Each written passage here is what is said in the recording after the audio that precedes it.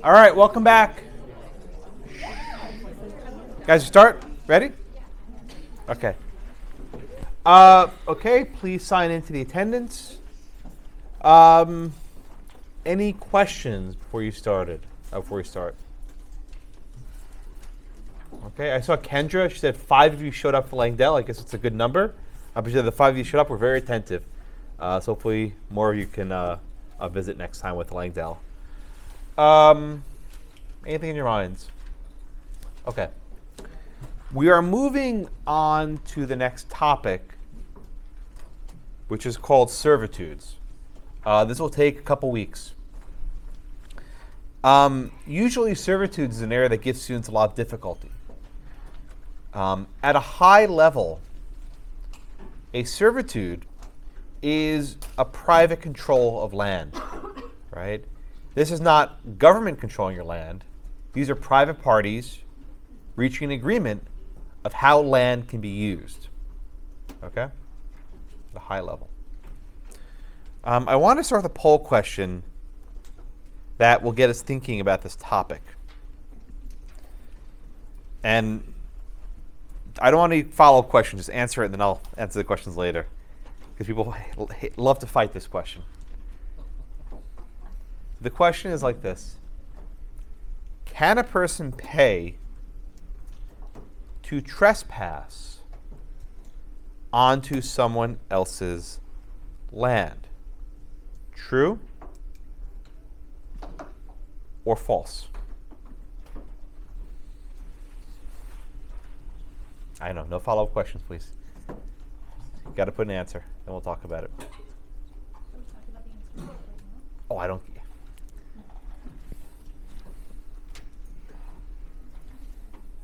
Someone's buzzing. That's okay. I appreciate you admitted it. Most people they stay quiet. Okay, another 10 seconds or so.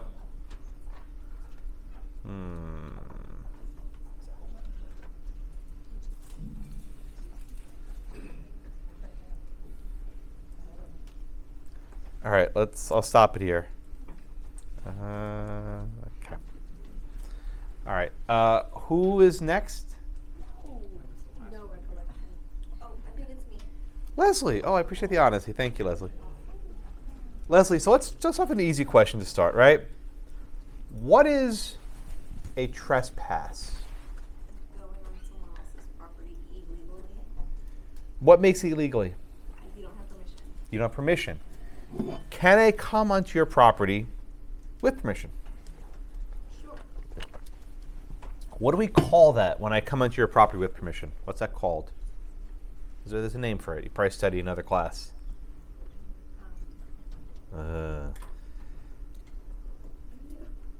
Yeah. Exactly, a license. Or remember the phrase invitee? That phrase ring a bell from torts? Maybe? No? Okay. The basis of a trespass is when you come on someone's land without permission. Okay? But there are ways of coming onto land with permission. And actually, Rebecca, you next or is Terry next? Okay, so Rebecca, let me ask you a question. If you invite me onto your land for some limited purpose, do I have to pay you or is that voluntary? For a limited purpose? Yeah, if you invite, let's say I'm a plumber. God, I'm not. But if I'm a plumber, you invite me into your house to fix your bathroom, whatever, right? How does that arrangement usually work? You come, you fix my plumbing, and then I pay you. Okay, can I go to the kitchen? If there's a problem in the kitchen. Can I? That's a smart question. Okay, can I go to a room without any pipes? Okay, right. Usually when you invite someone on, it's for a limited focus, right? Am I trespassing when I come onto your house to fix the bathroom? No. Okay. Anna, right? Anna. So Anna, what's your answer here? Can a person pay to trespass on someone else's land? Would you put true or false here? Say false. Tell me why. Well, because you could pay in recompense for trespassing, but you wouldn't be paying. You'd be paying after the fact, not in before. If I pay you money to come onto your land, and you accept that money, And you're not trespassing. You've been invited. you're an invitee. Okay. That's how I read this question. People are going to yell at me. But I think the answer here is false, and that's about 80% of you, so that's good. Here's the way I look at it. If I give you money and say, hey, I really want to cross your property, and you say, fine, I'll take your money, it's not a trespass, right? You're giving permission in exchange for money. Okay? At the most basic level, that's what an easement is. Where you give someone money, something of value, to use your land. Now maybe you're coming onto the land, maybe you're taking stuff from the land, or maybe you're telling someone to not do something, right?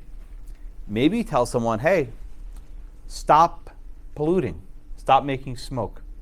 I will pay you to shut down this factory. Okay? They can do that.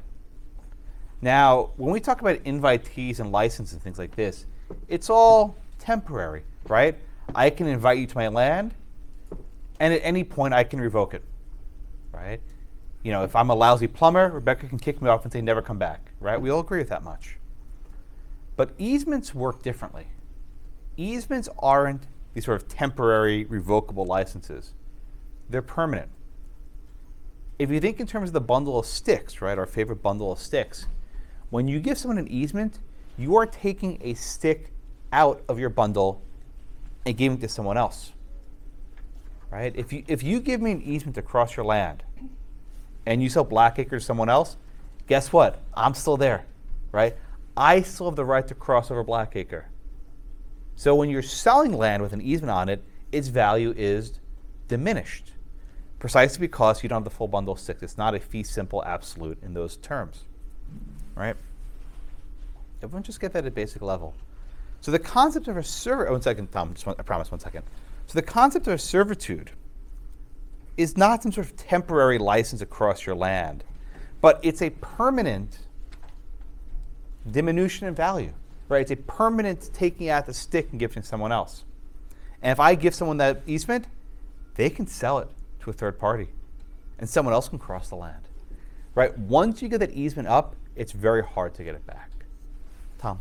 Oh, well, you already answered it. I was going to ask. I knew I would. Say it was a temporary license. See, I know. Yeah. When I was saying just one more minute, I'm probably about to answer your question. Students are predictable, which is actually lovely. But no, but I mean, this is fascinating. I can teach the same topic many times, and year after year, students will ask the same questions, the same sequence. It's stunning. The human mind just works in some predictable fashions, and it's actually good that you're thinking along the right track. Yes, Jessica. So when I get surprised sometimes. Don't pretend. But usually they're predictable. Yeah. So when I was growing up, there was an area. There were houses that were like a street here, and houses. Uh-huh. And between them was an easement, which is where the power lines were, right? Right. So did they technically own that land, and they've given an easement to the city, or is that, or who? I didn't really ever understand what the easement was in 5, or 10. Okay. So In that case. let me answer the question like this, right? If I own Blackacre and I give an easement to Jessica, I still own Blackacre. But I wouldn't say I have a fee simple absolute, because you have one stick in my bundle, right? If I give an easement to the power company and I give them an easement to run power lines over my land, I still own Blackacre, no questions asked, right? But I can't chop down the power cables, right? I can't decide to build a tower that would make it impossible to have power lines there, right? When you give an easement, you're giving away some of your sticks in the bundle. Please, One quick please. question. So everybody had a fence, and behind the fence was what we called the easement, right? So everybody. I don't know if what you had was action easement. People use maybe we terms. just called it an People easement. use terms imprecisely, All right. which is very common. My neighbors probably did. Just People, I mean, you'll learn this in law school. People use phrases imprecisely all the time. okay, perfect. Like, remember deed and title? right? Remember the difference, right? No, exactly. People use the terms interchangeably. The deed is the instrument, the title's the legal relationship, right? But people use them interchangeably. So I don't know your neighborhood. Okay. But, okay. Yes? Okay. That would still be within your fence, the easement, right? Like you would still, then it would be on your, it would be a wide array of arrangements, I guess. I'm not sure how your neighborhood was set up. No, I'm just saying if it were an easement with the power company, would my fence be around that part? You can do it anyway. Okay. You can set up anyway. Yeah, Matt. You can control the, kinda, you can use it, but you have to put a road in, it has to be this. Yes, yeah. So easements have conditions, right? I will let you cross my land if you do X, Y, and Z. And if they abuse it, right? Maybe you say you can put 2 poles over my land for a power cable, right? And if they put a 3rd pole, they're in violation of the easement. So you define the scope. Or maybe you can put a height of 20 feet, and they put a 30-foot cable, then they're in violation of the easement. So you can precisely define it. Okay. Let me give you some vocabulary, and I think this will help to give an overview of the next few weeks. So, not servitude, servitude, okay?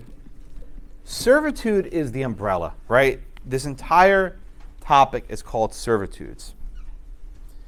And there are 2 major kinds of servitudes. By the way, the word servitude means to serve, right? You're serving someone. There are 2 major kinds of servitude. The first major type of a servitude is called an easement. And the second major type of servitude is called a covenant. We will spend the next, was it 3 classes or 4 classes? I never remember. 1, 2, 3. We spend the next 3 classes on easements. Then after that, we have 2 classes on covenants. So we basically have 5 classes on servitudes, 3 on easements, 2 on covenants. Okay. I'm going to mention the types of covenants now, but we'll not return to them until about a week or so. Okay. There are 2 types of covenants that you'll need to know. The first was called a real covenant. The second is called an equitable servitude. Okay? I'm giving you these now so that your notes have some sort of coherence to them. All right?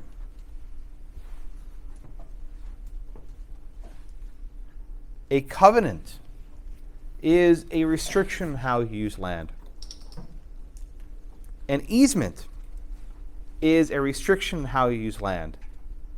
So someone's going to ask, Josh, what's the difference between an easement and a covenant, right? Not much.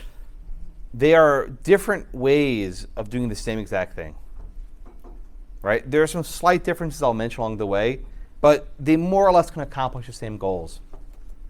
I can put an easement on my land, which allows you to cross. I can put a covenant on my land, which allows you to cross. You can generally do with a covenant the same thing you do with an easement. They can accomplish the same goals. Then why are they different, Josh? Why are they different? Because the rules for creating an easement and the rules for creating a covenant are very different. Okay? Different rules apply for creating them, and different rules apply for transferring them.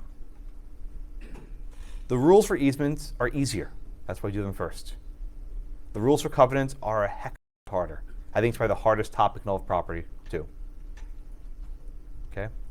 So we're going to do the rules for real covenants and the rules for equitable servitudes in about a week or so. But for today, we're focusing on the rules for easements. Now, why am I making such a big deal about telling you something you're not going to learn yet? Students consistently confuse these 2. And they will apply the rules for covenants to an equitable they'll apply the rules for covenants to easements, and they'll apply the rules for easements to covenants, right? They're different forms of analysis. And if you mix them up, you get the question wrong. It's that straightforward. Every year, I know for a fact when I ask a question, easements, some people treat it as a covenant. Or if I ask you a question, covenants will treat it as an easement. So I'll level with you. If I call something an easement, I'm not tricking you, it's an easement. If I call something a covenant, it's a covenant, I'm not tricking you. I could screw with you and not tell you what it is, and then you have to figure it out. I think it's a lot harder, but it's mushy which is which. So if I tell you something's an easement, use rules for easements. If I tell you it's a covenant, use rules for covenants. Okay?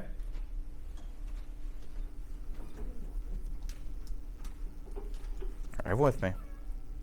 Okay? All right, I'll move on. All right, so let me give you some examples. I'll come back to this list a little bit later. We'll fill it out as the class develops. And I'm going to use two fictional pieces of property throughout this class, dry acre and wet acre. As the name suggests, wet acre has water on it. Dry acre does not have water on it. This is easier than black acre. White acre actually tells you something. Okay. Wet acre and dry acre. I live on dry acre, and Jessica's on wet acre, right? I need water. Okay? So I say, Jessica, can I cross onto your land to get to get water? And it says, sure, you got to pay me though. Okay. That is what you call an affirmative easement. An affirmative easement. Okay. Why is it affirmative? Because I am getting permission. I am the owner of dry acre. I'm allowed to cross onto wet acre. Okay? An affirmative easement. Now you could also have what's called a negative easement. Right? Let's say you own a farm and you often have wild animals running all over the place from your farm. You could say I have a negative easement and say that I promise to put up fences around my property. And I promise to ensure the animals can't run free. Right? It's called negative because you're putting a restriction on how you use your land. Okay? The difference between affirmative and negative is not very important, but I want you at least to understand the distinction because you'll see it in various cases, right? So affirmative is when you give someone permission to use your land. A negative easement is when you restrict how you use land.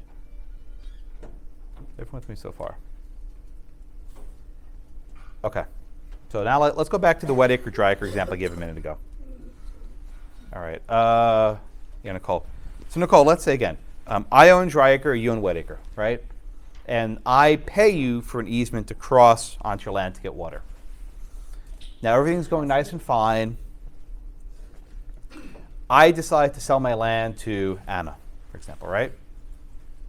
What happens to the easement when I sell my land to Anna? Do you think an easement will be very valuable if it disappears as soon as there's a transfer of land? You think that would make an easement very valuable? No, why not? It's short. Yeah. So what do you think the courts and the law did to easements over time to prevent that from happening?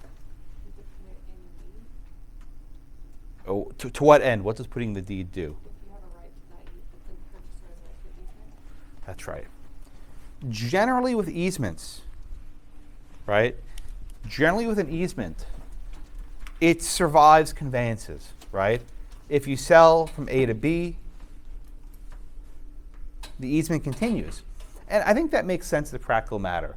If you have a piece of land that's dry, that has no water, and an arrangement's worked out, you want your successor in interest to be able to use that easement.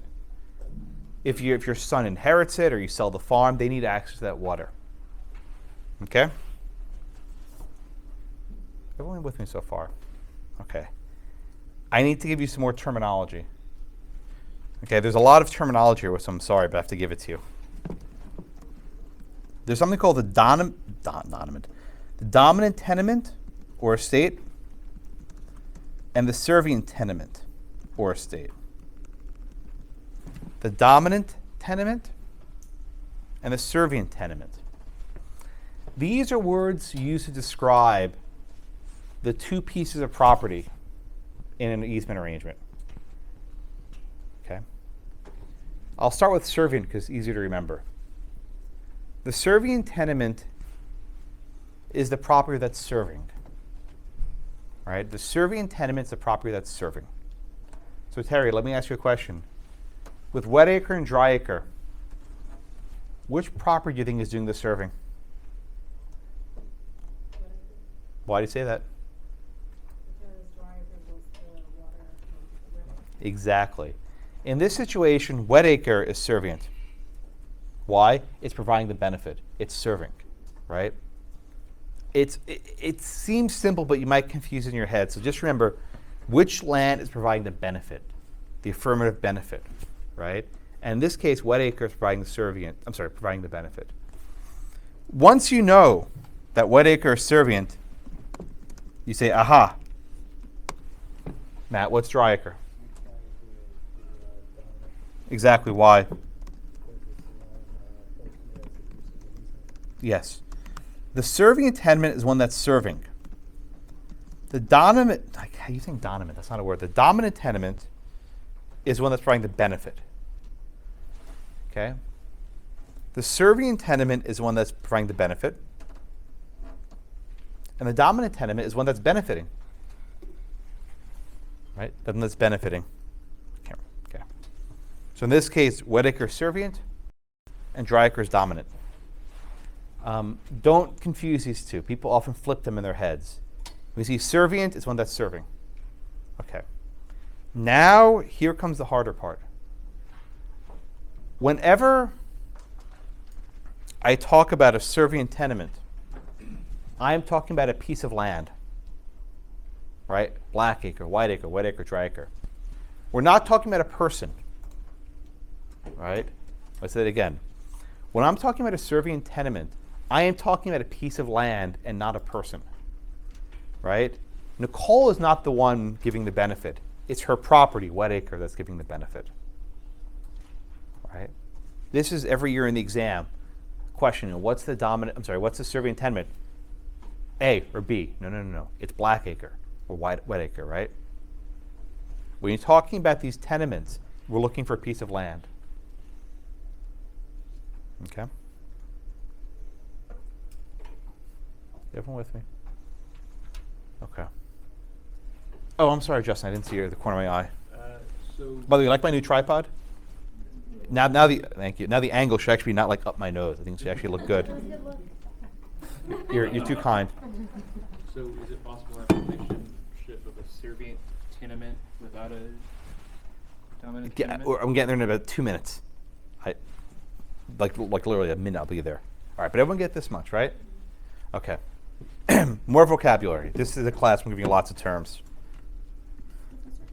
Yes. Oh, I'm sorry, Colleen. Go ahead. So I have my notes, page 765, about, maybe the first paragraph down, it says, observe that each of these easements granted by a servient owner gave a neighbor the right to enter or perform and act on the servient land. But you said there's no servient owner? You can have an owner of a servient estate, but the servient estate itself is a property. I see. Okay. All right. I want to go back to this little list I started earlier. And I teased this, but now I actually want to fill in your notes.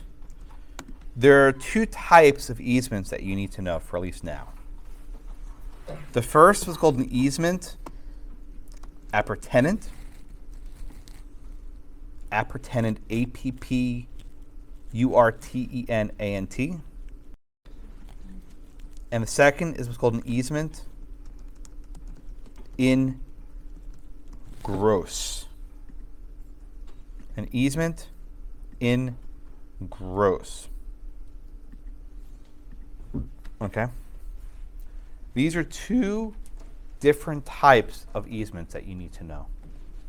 Okay, the first easement is easier. Easement appurtenant. The easement that I described with Nicole a minute ago is an easement appurtenant. I'm the owner of dry acre, she's the owner of wet acre, right? The owner of dry acre can cross onto wet acre. If I sell wet acre to someone else, if I sell dry acre to someone else, they stand in my shoes, right? An easement appurtenant is an easement between a dominant tenement and a servient tenement, right? You have both. A dominant and a servient tenement. right? For example, the owner of dry acre can cross onto wet acre. And whoever happens to own dry acre at a given point, I own it, Chris owns it, Jessica owns it, whoever I sell it to gets that benefit. They stand in my shoes. Okay? And just, the word appertenant means like associated with or connected to, right? It's associated with the land, right? Whoever is associated with that land gets that benefit. That's the easier one, the easement appertenant. The easement in gross is different, right? The easement in gross is not the owner of dry acre can cross. It's a specific person can cross. So for example, Josh can cross onto wet acre. So no matter where Josh is, no matter what I own, I can cross into wet acre.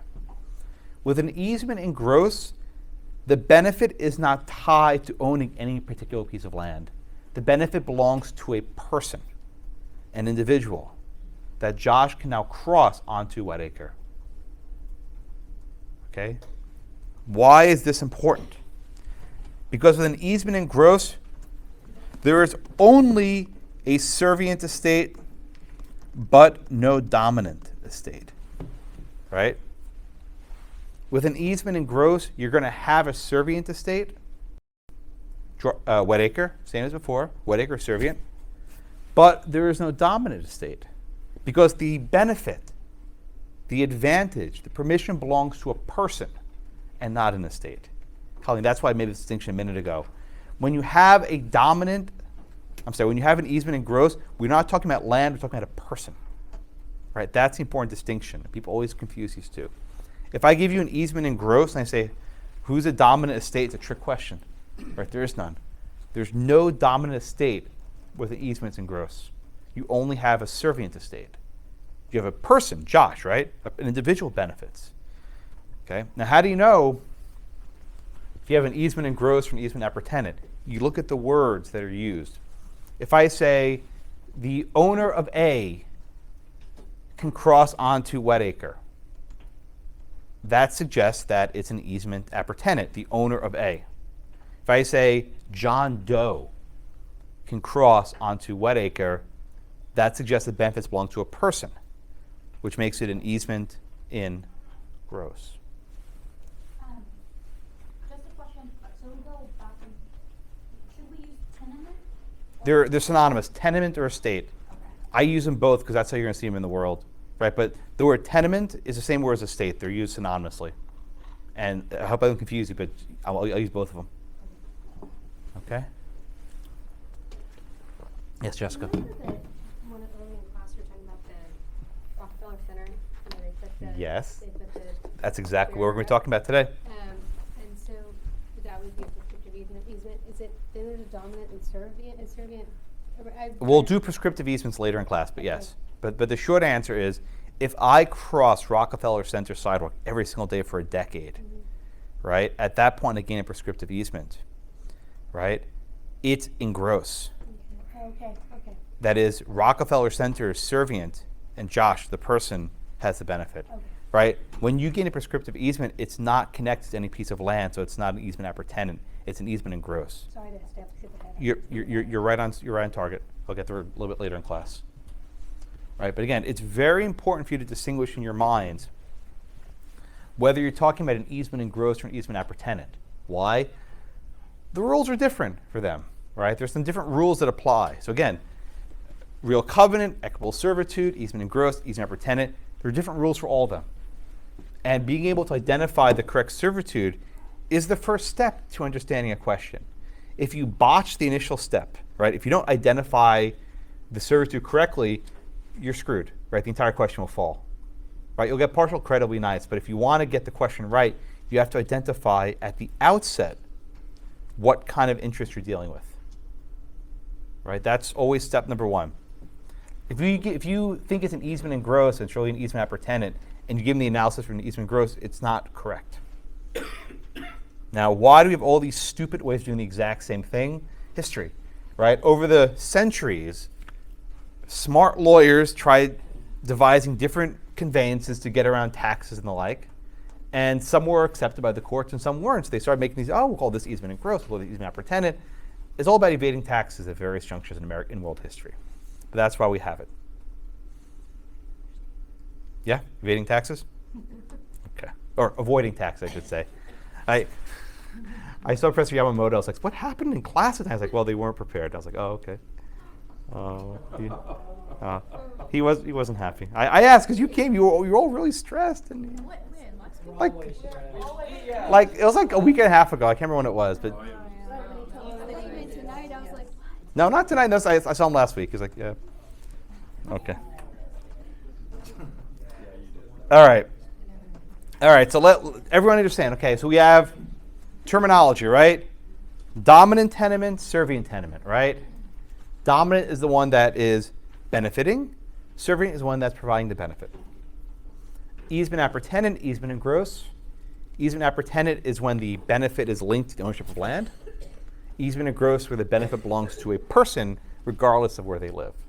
You need to know those terms cold.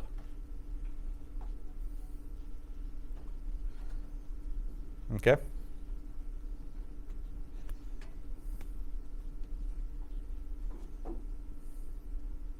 All right, any questions on that terminology? I know you have questions, you're not raising your hand. Everyone get those four terms. Easement, dominant and servient tenements, and easement appertenant, easement and gross. That's those four things you should know at this point in class. Yes, Kate? An easement in gross is an easement where the benefit belongs to a person, not the owner of land, right? It's specific person, right? So so the easement says, Josh allowed to cross onto Wet Acre, right? It's an easement in gross because it belongs to Josh. The benefit belongs to me regardless of where I live. With an easement appertenant, you would say the owner of Dry Acre can cross onto Wet Acre. And whoever happens to own Dry Acre at that time can benefit from that easement. Yes, Tom? So would I be correct in saying to myself, by remembering easement appertenant is a symbol, and then easement in gross is a license? Oh God, why would you do that? Oh, don't do that. Okay. No, I don't know what you're doing with that. Don't do that. No, it's not even. No, don't bring. I was teaching life estates this morning, property 1. Just go back where we were before, right? They operate in the exact same fashion, right? They both allow someone to cross to get water. The only difference is who's that person. With an easement appertenant, it will change. Whoever happens to own Blackacre at a given point in time can get that benefit. But with an easement in gross, I have it, no matter where I live. Justin? So, obviously, you have an easement appertenant if you say the owner of Dry Acre. You have an easement in gross if you say Josh. But what if you were like Josh, the owner of Dry Acre? Right, and you're asking a good follow-up question. Generally, if you're identifying a specific person, right, that will be treated in gross. It's not always the case, but if you're saying Josh who owns Dry Acre, that's probably more like an easement in gross. So even if you sell Dry Acre, you still have the... That's probably how I would read it. Okay. What I would usually say on a question is the owner of Blackacre, and then without naming someone, because then it's pretty clear you want it to be appertenant. Mike? It seems like easement appertenant is kind of the norm, and Yes. easement and gross, Yes. all the lawsuits are coming from, yes? What lawsuits? Well, like as far as like, well, I gave Josh permission and now Josh is dead and Yeah. Randall wants to Most do it. easements are appertenant because easements and gross are kind of stupid, right? Because once I move out or I leave the area, who's going to get that benefit anymore? Generally, when you have an easement, it's whoever owns Blackacre. That's how it's usually done, right? It's not key to a specific person. Yes? What's the difference between an easement and gross and a license? A license is oral, right? An easement must be written. A license can be revoked. An easement cannot be revoked. There are some cases where license can't be revoked. I know the estoppel thing, but as a general matter, licenses are revocable. Those cases are such outliers. Generally, you can revoke a license. It's only rare cases where you can't, right? But at a basic level, licenses are oral. And for an easement, you need to have it in writing, which is the subject of our first case. Yes. So, are we not gonna talk about like mineral rights? So, okay, fine. There's something, the book mentions something called a profit appendary, which means you can take stuff off the land. So there's some types of easements which allow you to remove stuff from the land. It's an easement, right? It's just another way of saying the same thing. So like if there's an oil derrick already on the land and I sell the land but I don't sell the mineral rights, I still have a right to get. Someone still has a right to, well, let me explain this differently, right? Generally, you'll take oil and gas later in law school, but generally, you have what are called surface rights and subsurface rights. They're different rights. That's different than an easement, right?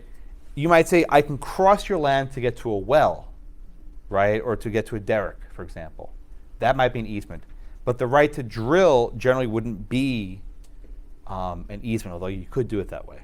So the short answer is don't worry about it here, but often you can have an easement associated with drilling and minerals. I saw a hand somewhere else. Yes, Corbett. So you said neither of those, well, another one, first one you can't, but the easement and growth is not revocable, like that's for, I guess, till the. It's a stick in the bundle. And there's some ways that an easement and growth can survive my death. I can maybe assign it. Okay. I don't want to get to that yet. We'll do that later. Okay. But you can, in some cases, assign an easement and growth and sell it. So it doesn't end at my death, which is why Tom's saying life estate. Like, no, don't do life estate. It's okay. I like when I like what you're thinking, but just no life estates. Yeah, Allah. The dominant tenant violates the terms of the easement. Can it then be revoked? If the, well, what do you mean? Okay, so for example, let's say the easement says I'm allowed to, pick up 1 pail of water a day, and I pick up 10 pails of water a day. At that point, I am exceeding the scope of the easement. I don't think the remedies to revoke the easement. I think you probably have to get an injunction to limit my usage. So I don't think the easement will be revoked in those cases. Generally, the only way, you can revoke an easement if the party consents, so you can release it, but it's hard to get rid of an easement. It's actually very difficult. Once you give it up, it's pretty much gone forever.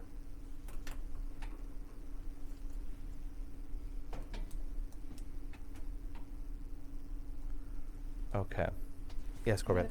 Can you, what if they don't use it? Okay, so there's something called abandonment, which we'll get to in about a class or two. I think class number 3, right? If you don't use an easement for a very long time, the courts can deem it abandoned, in which case you lose it. But you have to go to court.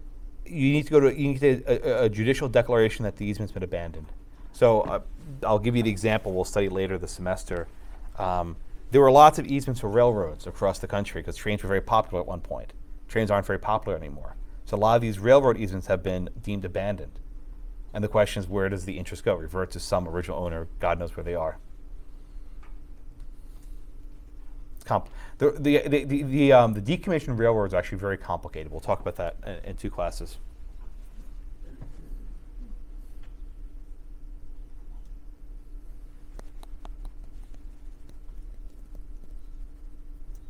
Everyone okay with the terminology?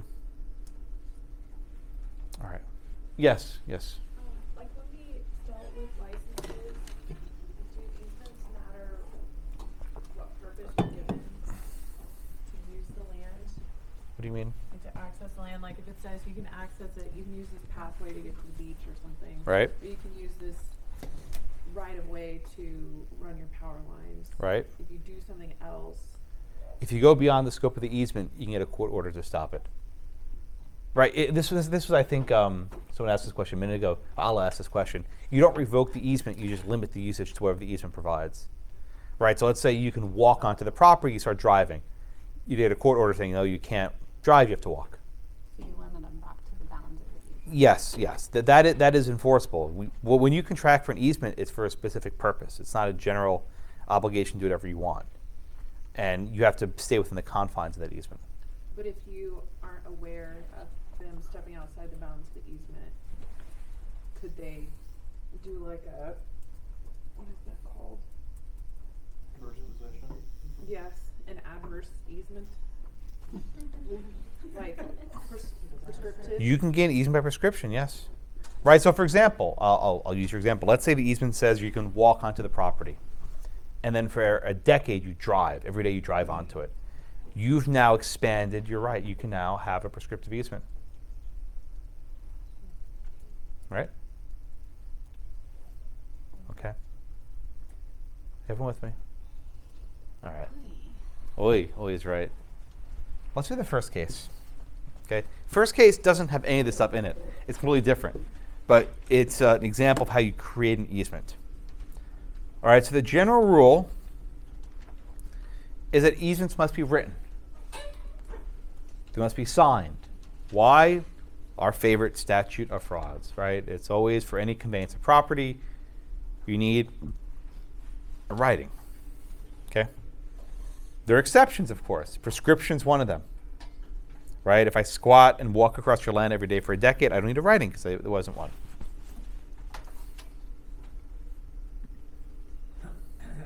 Okay. Yes, Kate? I just have a question, like, what exactly would there be a situation where you walk on that lot for a decade or, 10 decades or whatever, that you actually get the permit? Well, remember the first week of class, Van Valkenburg versus Lutz, right? Remember that Mr. Lutz crossed the lot every day to get to the street because it was a shortcut, right? There are cases where there's a shortcut and you want to, take a swipe through a person's backyard so you don't have to go around the main street. Yes, Colleen.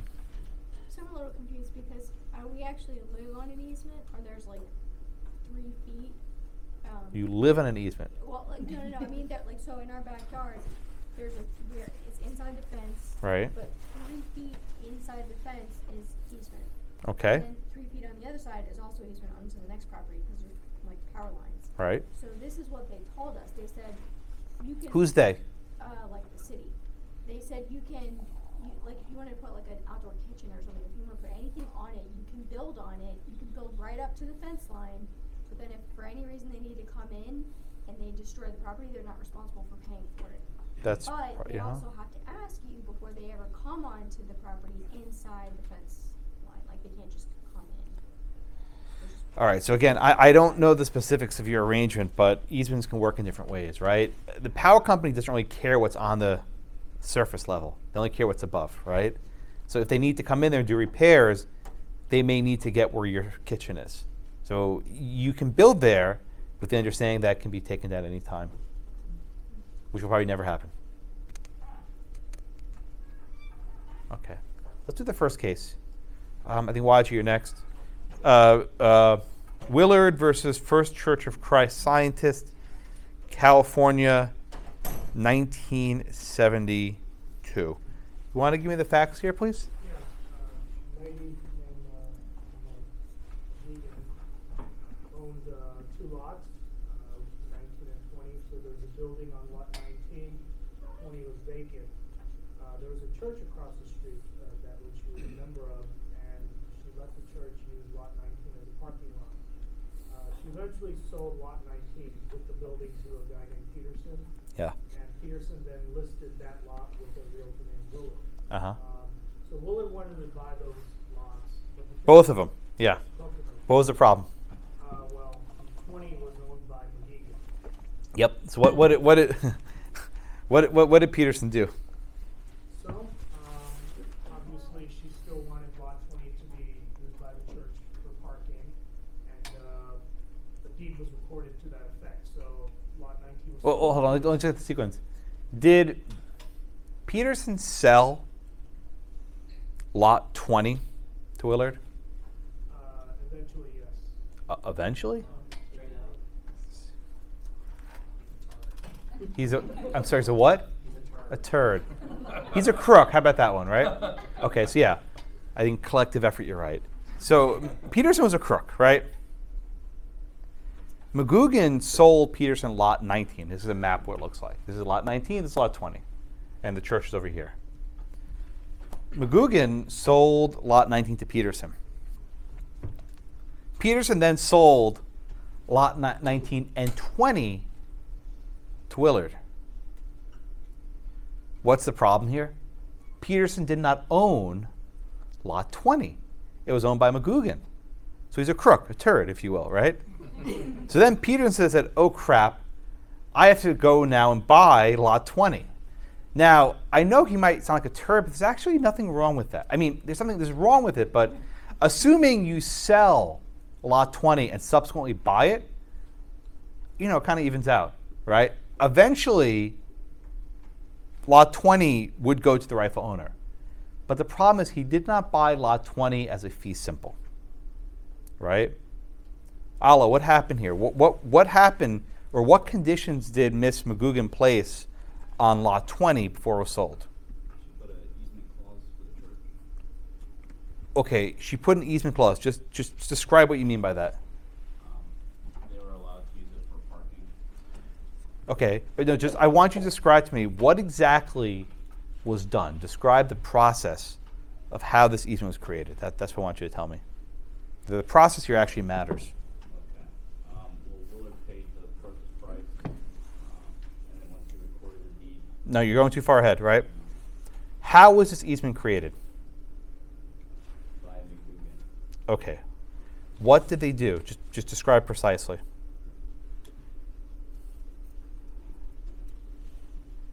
not too sure what you're asking, to be honest.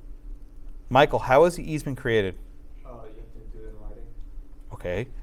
How did they create the easement? That's what I'm asking you. How was the easement created in this case? No. How was it created? What did the church attorney do here?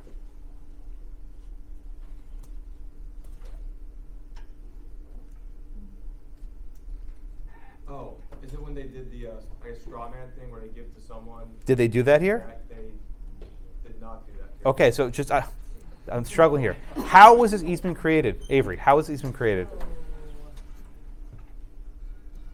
That's what I want to know. How was it created in this case? You tell me what wasn't done. I want to know what was actually done here. I would have said what, I would have said the deed. Is this where he drew up the provision for the deed that stated the conveyance was subject to an easement? Yes. Okay. And where do they add this provision? Where do they actually add this provision to? What did they actually do? This is the most important part of the case.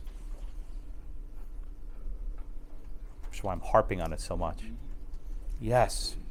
They inserted a clause into the deed. I think Allah said this and he kind of didn't finish the thought, but they inserted a clause in the deed.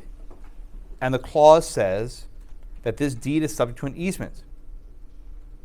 And the easement runs with the land, so long as the property for whose benefit easement is given is used for church purposes. Okay? Alexis, what does that mean? Right? So long as the property for whose benefit easement is given is used for church purposes. What does that language mean?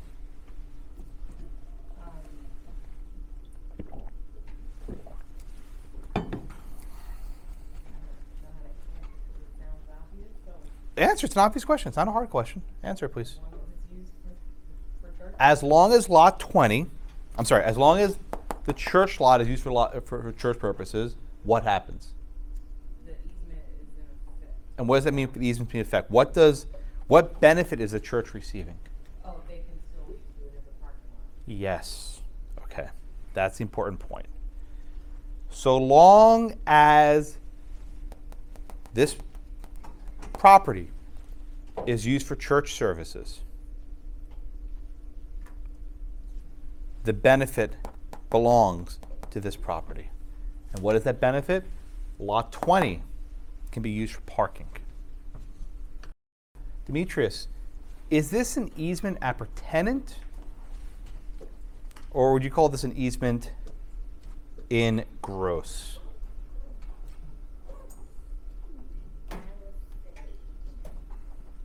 So it's not to a particular, is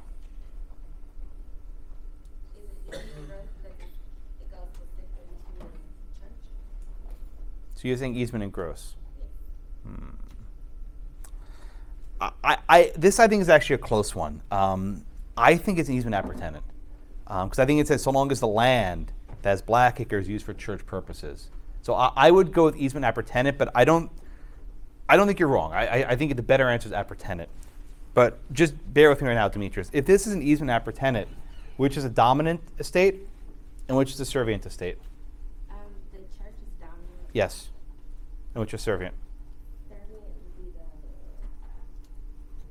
the. Look at the picture. That's fine. Which one was used for parking? Oh, the lot. Lot number 20. 20. Good. Lot 20 is a servient estate. The church lot is a dominant estate.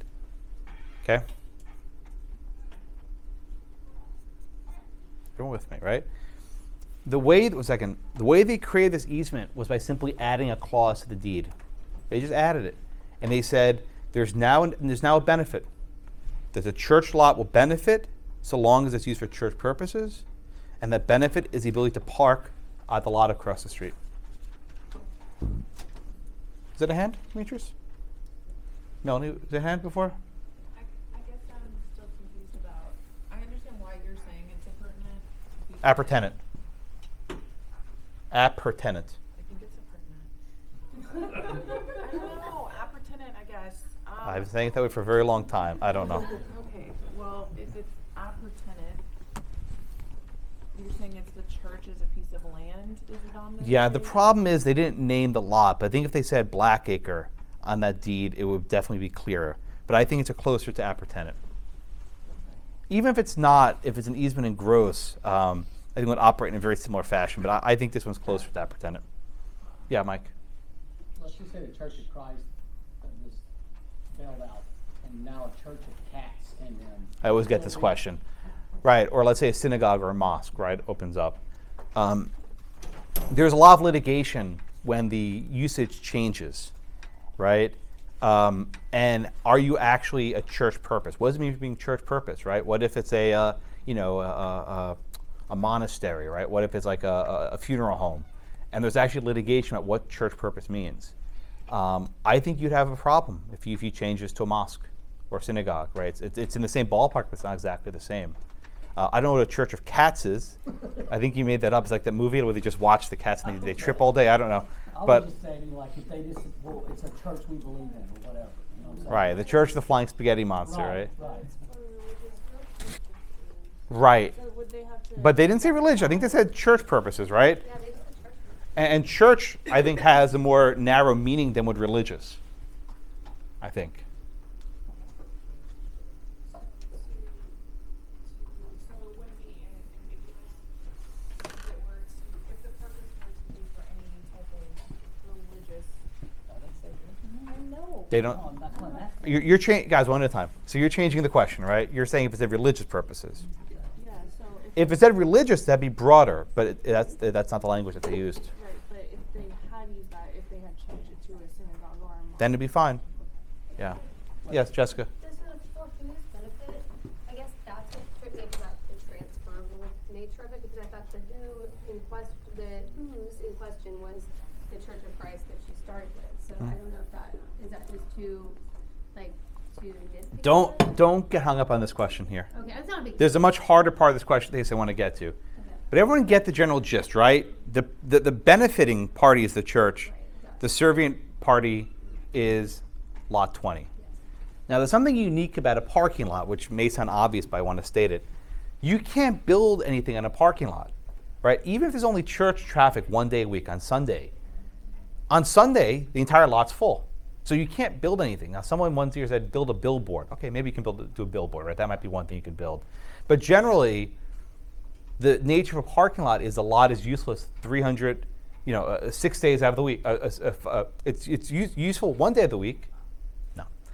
It's useless one day of the week, which means you can't use it any day of the week because of cars. Yeah. What if you build one of those, multi-use? I mean, look, I guess you can, but think of it this way, right? How long will it take to build that? And what are all the churchgoers going to do every Sunday when that thing's being built? You're in violation of the easement, right? Once you give this easement, it's basically impossible to do anything to the land.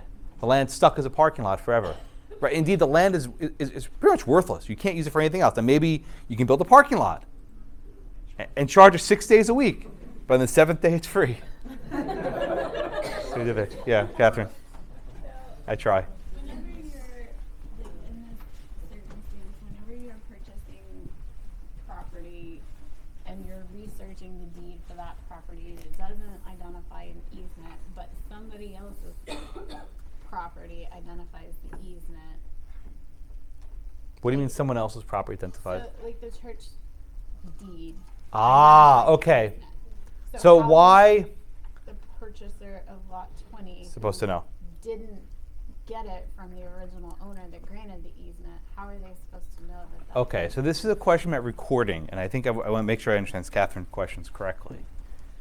If you're buying lot 20, how are you supposed to know? Okay.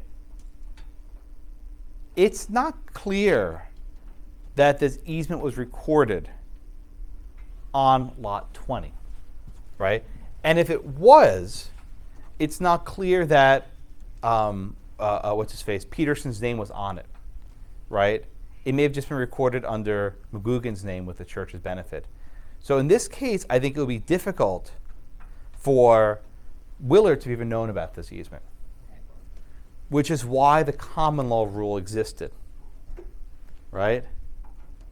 Tom, I think you're next. What was the common law rule of how you were supposed to create an easement? What were you supposed to do? Okay,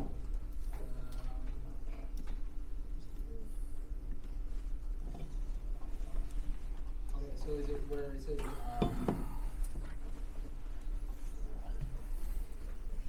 is it where it says it's, the common law rule that one cannot reserve an interest in property to a stranger through the title?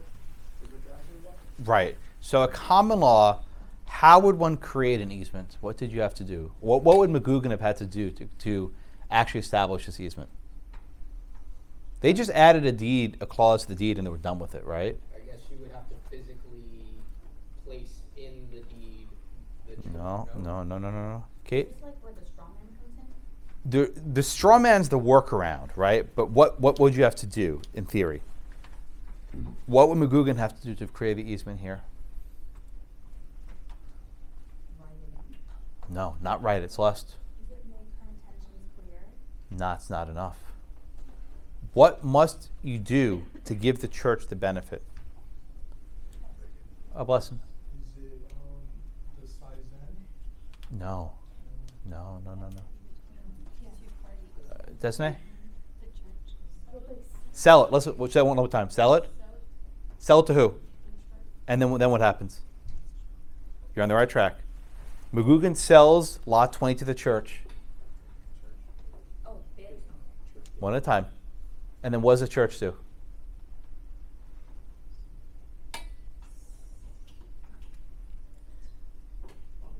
Right? Yeah. Okay, so are you trying to convey that the church would buy it, put the Yes. and convey it back? There we go. That's it. Okay. Or sell it back, right? Yes. Yeah. Okay. The entire row is a very collective effort, right? The common law rule was messy, right? The common law rule was messy, right? Why? Who were the parties to this transaction?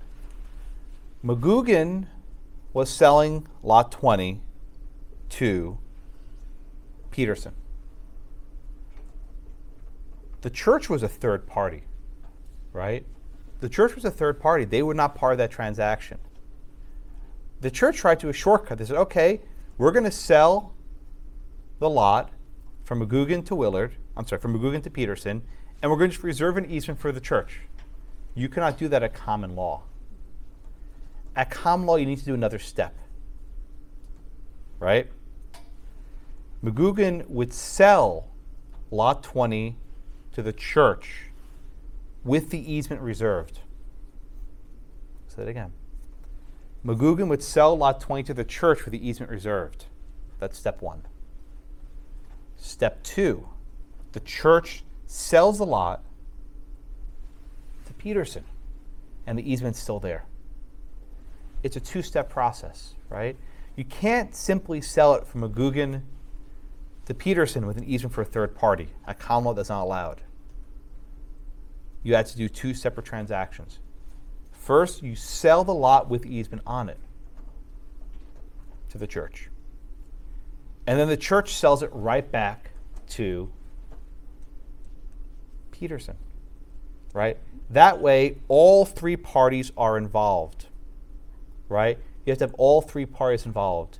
You cannot, at common law, you cannot reserve an easement for a third party. If you wanted a party to benefit, you have to sell it to them. You have to sell it to them with the easement in the same transaction, right? McGugan sells it to the church with the easement recorded on it.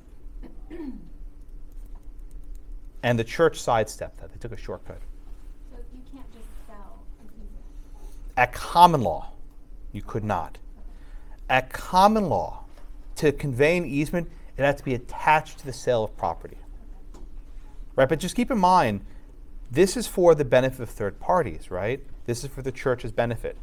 If I'm selling you Corbett land and I want you to get a benefit, it's one transaction, right? I'm giving you the land with an easement attached to it. But if you want some random third party to get that benefit, there has to be a sale of land associated with it. You can't just sell it in the abstract. At common law. You couldn't just sell, at common law, you couldn't just sell the easement to Corbett. Nope, it has to be a land transaction. And this rule applies to both easements and covenants. 1 second, Rebecca, I promise. The common law rule that I just described is for both easements and covenants. To create an easement or a covenant, there must be a sale of land associated with it. That rule's been abandoned. The modern rule doesn't follow that anymore, right? And we'll see in this case, they abandoned the rule in 5 minutes. But at common law, you had to convey it with the sale of land. Rebecca? So is there a guarantee that the church will actually sell it back, I mean, to Peterson? Like, is there any way, because you're doing third party, like what if they're like, never mind, we're gonna keep it? Is there any way to like guarantee Yeah. that they're going to Yeah, sell it? so that was my next point, right? So again, there's two transactions. Number one, McGugan sells lot 20 to the church. And the church says, suckers. You see the risk, right? You see the risk. The risk is that they don't sell it back. And there's absolutely nothing you can do to make them do it, right? You can maybe sue for breach of contract, get some damages out of it, but you can't make them convey the land. That's why the common law approach was so dangerous. So to get around that risk, 1 second, Wachi, you use what's called a straw man, right? What's a straw man? No, it's not like from this Wizard of Oz, right? A straw man is like a trusted party who will dutifully sell it back to you, right? It could be a secretary in a law office, right? It could just be someone who is not going to run away with it. And instead of selling it to some random third party, you sell it to a straw man. But again, it's a risk. They can just run away with it. Yeah, the straw man itself. The straw man can run away. Yeah, the scarecrow, yeah. So it didn't need to be the person who was going to have the easement? You could reserve it to a third party in a conveyance, right? So this is a little more complicated, but I want to just answer Jessica's question, right? McGugan would sell lot 20 to a straw man, reserving the easement for the church. And the straw man would sell lot 20 to Peterson. When you have a third party, there has to be a conveyance of land. It doesn't have to be to the third party, right?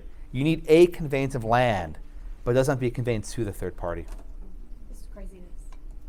The common law rule is messy, isn't it? Let me explain this one more time. With the common law rule, right? With a common law rule, to create an easement to benefit a third party, there has to be a conveyance. But the conveyance does not have to be to that third party. It can just be a simple conveyance to a straw man, right? And one of the reasons why you had to have the conveyance was actually Catherine's question from a few minutes ago. The existence of the conveyance is a recorded transaction, so people can track it down. It creates a paper trail, right? It creates a paper trail to know that this easement was recorded. If you just add one to the deed, it's not always clear that it was recorded. Okay, several hands. Lacey. Yes. At common law, what they did was not kosher. It didn't work because it wouldn't put people on notice. Waji? Because the purpose is to have it recorded. That's one of the reasons why, yeah. Right, a lease will not do a one-day lease, for example. No. Nope. All right, everyone see that point again. At common law, to create an easement in a third party, you need to have a transaction, a conveyance of land. The conveyance does not have to go to the third party. It can go to a straw man, but it has to exist. Celeste. Is it McGugan who has to put the easement It would be McGugan because she had the fee simple, and she would be basically chopping up her fee simple. Right? McGugan sells it to the straw, or McGugan sells it to the church with the easement attached to it. Yeah, bless him. So would this show up in the title search? Yes, because you have these intermediary conveyances, those would show up in the title search, exactly. And you would show it started off as a fee simple and wound up with a covenant or an easement on it. Okay. Catherine? What are most states today? I'm sorry? What are most states today? I don't know that the California, I think in most states still have the straw man requirement. Let me answer your question differently. The common law rule is a lot harder. The modern rule is easier. I will almost always test you on the common law rule.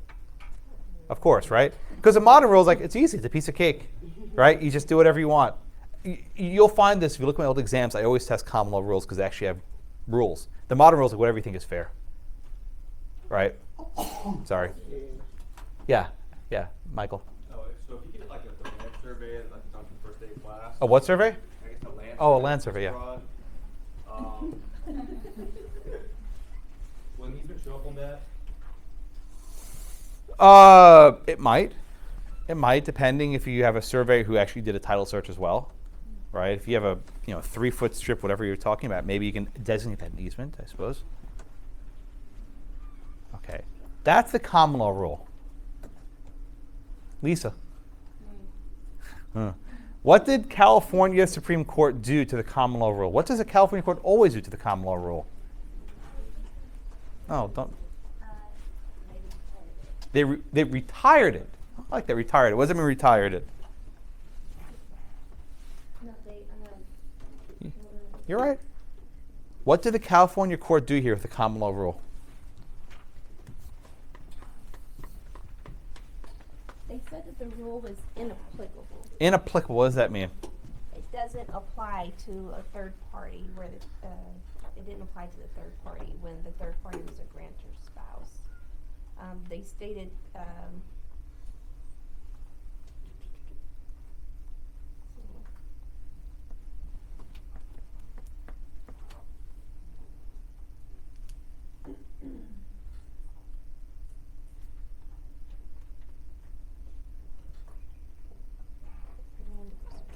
Just a simple question. Did they follow the common law rule here? no. No. Okay. There As was a a balancing. yeah, very good. Thank you. As a general rule, California courts always reverse the common law. That's always what they do. So if you see a California case, they're about to reverse the common law. They say that the old rule is outdated, right? It's a lot of extra work for no purpose, right? It's all this complexity. So there's no reason why you have to do this straw man business. As a result, to create an easement in California, all you have to do is just add it to the deed, and you're done, right? Isn't that simple, right? Isn't it easy? Okay, that's California. But you still have to know what the modern approach is. You have to know what the common law approach is.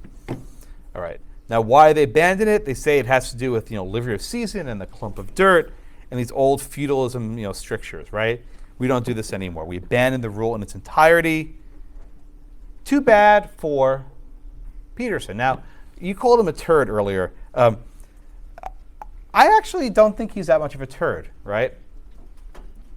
If you are a lawyer and you realize your opposing party is making an error, do you have to correct them? No. Do you have any obligation to tell your opposing counsel they're making a mistake? Absolutely not, right? The church lawyer here screwed up, right? The church lawyer did not do this right. And if Peterson's like, oh my God, this guy's an idiot. He just created an invalid easement. It's mine, fee simple. You don't have to tell him, right? If you know that your opposing counsel is making an easement that will not be enforceable, sucks to him, right? So maybe he's a turd, but maybe he was sophisticated. I don't know. Maybe he's like, oh yeah, whatever, just put this deed in the thing, non-enforceable. But here, the Supreme Court of California said, too bad, we're gonna enforce it anyway. So the turd got flushed in the end. Sorry. That's terrible. Oh God, poop jokes at 8 a.m., right? 8 p.m. Okay. He started it. All right. All All right. Any questions on the Willard case? But just keep in mind, one second, I promise. At common law, to create an easement, you need a conveyance of property. You can't just create it in the abstract. At the modern rules, you can create it just by itself. Yes, sir. See? See? I told you. You can create it in the abstract just by itself. Oh, by itself. Yeah, you can just add a line to your deed and you've created an easement. It's perfectly enforceable. What happened? I hear whispers. Okay. Any other questions in the Willard case? Yes, go ahead, Mike. Didn't she sell it for like a third? Yes, and that's important. Usually when you sell land with an easement on it, the value is decreased. Why? Because you can't use it for anything else. It's basically worthless, right? You can't build anything on a lot that's used for parking one day a week. So that's why she dropped the price. I think the lot's worth close to zero because Peterson's now has absolutely nothing of value. Willard got screwed. Yeah. But I wouldn't necessarily say Willard got screwed. I mean, they just. He was speculating also. Yeah, I think these guys, they were probably trying to play fast and loose, and the church actually won the case. All right. What was that, Angie? Victory for Jesus. Victory for Jesus. Glory to God. Let's move on. Okay. Don't mess with the church. I guess that's the rule. Is that the lesson? Don't screw with God. Okay. Many in person is Let's move on. The next topic is what's called a license. A license is usually oral permission to do some act, enter a property. Licenses can be put in writing, but you have to be very precise. The difference between an easement and a license is that an easement cannot be revoked, but a license can be revoked. I'm going to give the exception in a second, right? As a general matter, licenses are revocable. But there are exceptions to every rule. And in some cases, a license becomes irrevocable. Right? When is a license irrevocable? When you have some sort of estoppel issue. What is estoppel? It's this general word that means fair. That's not fair. My least favorite word in the English language. That's not fair. I don't know what fairness is. I still, teaching this case for a decade, I don't know what it means. But it's not fair. All right? Drew, you want to give me the facts in Holbrook versus Taylor, Kentucky, 1976. Yeah, basically, Holbrook was granted a license. Good. Get permission to use the road, going through some neighbor's property to get to his own property. Good. And then they were no longer able to use that road, so they sued for estoppel. Okay, very good. Well, why was Holbrook no longer able to use it? What changed? He was using it all these years, and then what happened?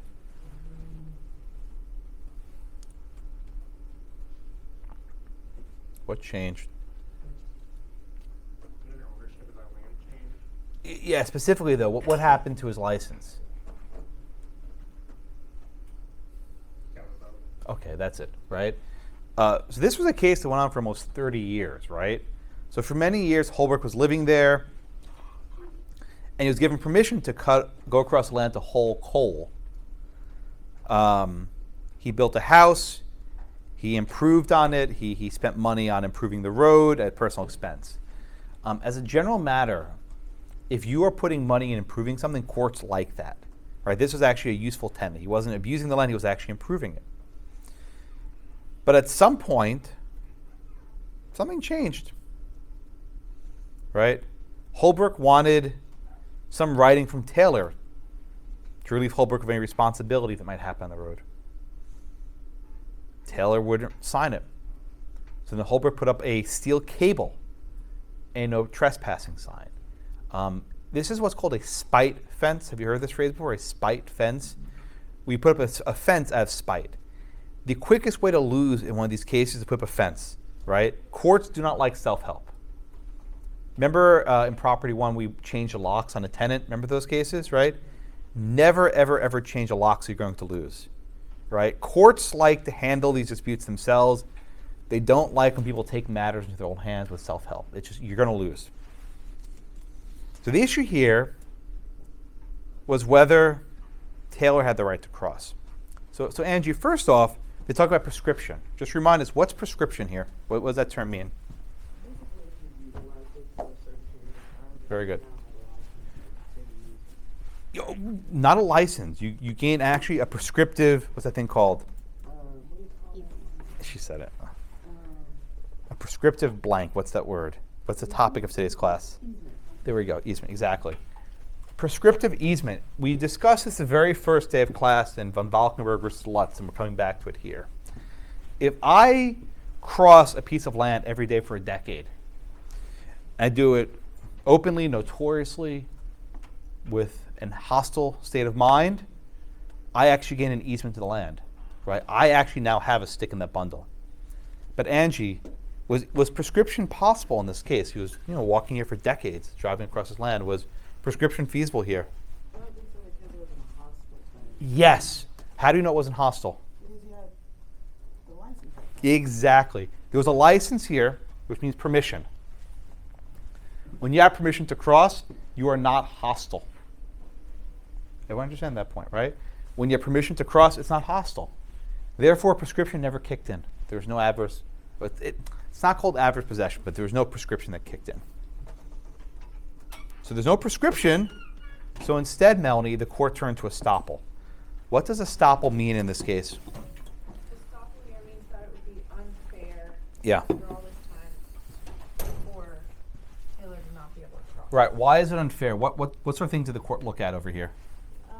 I think they looked at the money it would take to take a different route. Good. And how they would have to, basically their lack of other options. Good. To continue Good. doing Good. the Good. same thing. Good. An important factor is that Taylor put his own money to improve the road. Right. When you put your own money to improve a road that's not yours, the courts have sympathy for you. So here, the court finds that the license cannot be revoked. That estoppel kicks in, and the license should be enforced. Effectively, he has something of an easement, right? Now someone's going to ask me, can he sell that easement to someone else? I don't think so, right? This is now a benefit for him and him alone, right? Taylor can't go sell this to someone else, right? This exists by a matter of judicial decree. It's not even recorded as you would record selling an easement. So it's basically this temporary license that the court enforces, but I don't think it can be assigned to another party. But Taylor can continue using the pathway.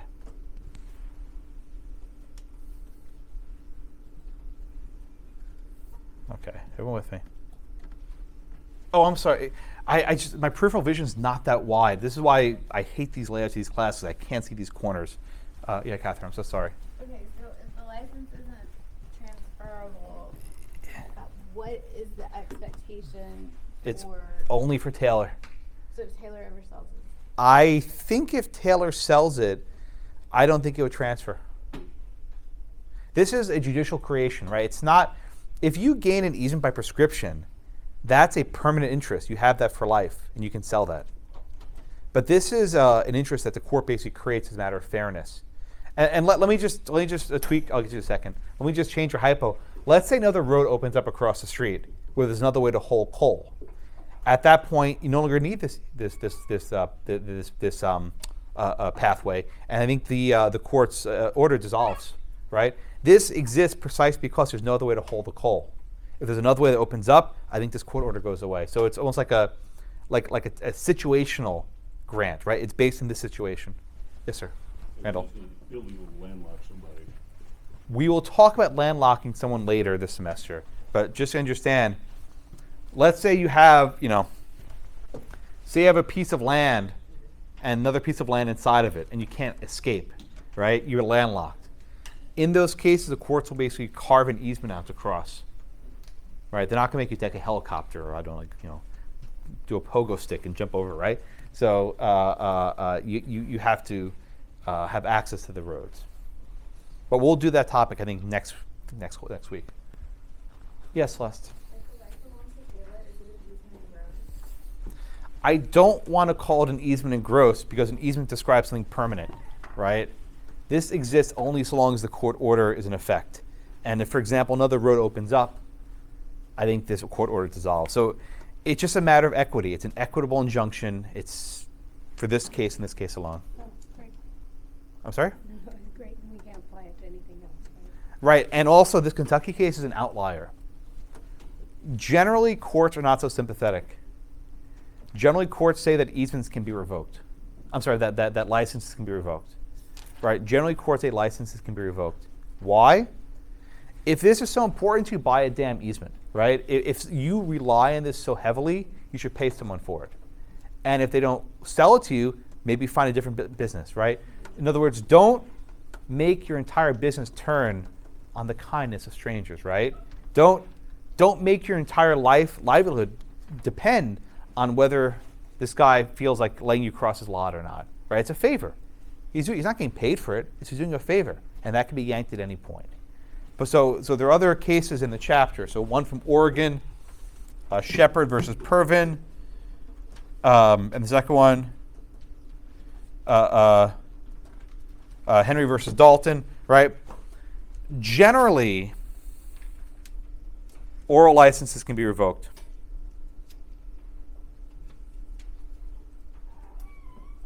Okay. So, if you have a written license, what do you do with it? You just hold on to it, or do you record that? Well, I mean, look, if it's a written license, that means you didn't pay for it, right? And they can revoke it as well. But who knows, You're asking, can you record a written license? I suppose you can, but it doesn't mean anything because it can be revoked at any point. So it's just like a process. Yeah, I mean, just imagine, like, if you ever live in apartments, like, do we have permission to enter to fix your, like, refrigerator, right? And no, you say yes, you have permission to enter. That's a limited license to enter for fixing your fridge. Yes, Mike. So the Taylor died, there was no other road. Then you're making that land basically zero balanced out. Yeah. If Taylor dies, then you can't cross anymore. Yeah. All right. Let me wrap up a little bit, and then we'll get out of here. The cases here, I think, are a little bit tricky, but I think the far more important stuff was the terminology, and you need to know certain terms. You need to know what difference is between a dominant tenement and a servient tenement. A servient tenement, the one providing the benefit. The dominant tenement is one benefiting. What was that? Is that Siri? Yeah, Siri, you must have got close enough to say. I'm sorry, Siri. So in our case, wet acre is a servient because it's providing the water. Okay, Siri. Right? And then dry acre. I disabled the OK Google thing. It drives me insane. And dry acre is the dominant estate in our situation. Okay? Then you have to know the difference between easement appurtenant, or pertinent, if you will. Maybe it is. I say appurtenant. Property professors don't even agree on these things. I actually ask around how they say things. People don't even know. So I say appurtenant, whatever. An easement appurtenant. With an easement appurtenant, the benefit belongs to the owner of a piece of land, and you have to know who both the dominant and the servient estates are. Both an easement and gross, you only have a servient estate. There's no dominant estate. The benefit belongs to a named person. Okay.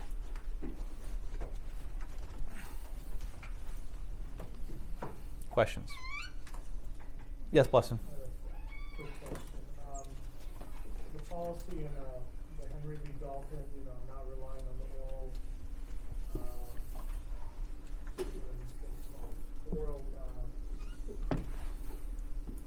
sorry, I'm losing my train of thought. So basically, do you agree with that policy? You don't want to rely on these things? That's kind of the point, why they have to be. Yeah, generally you want something in writing because that way you can have something to rely on. Sorry about that. That's okay. Okay, any questions, everyone? All right, I'll see you all in class on Thursday. Have a wonderful evening.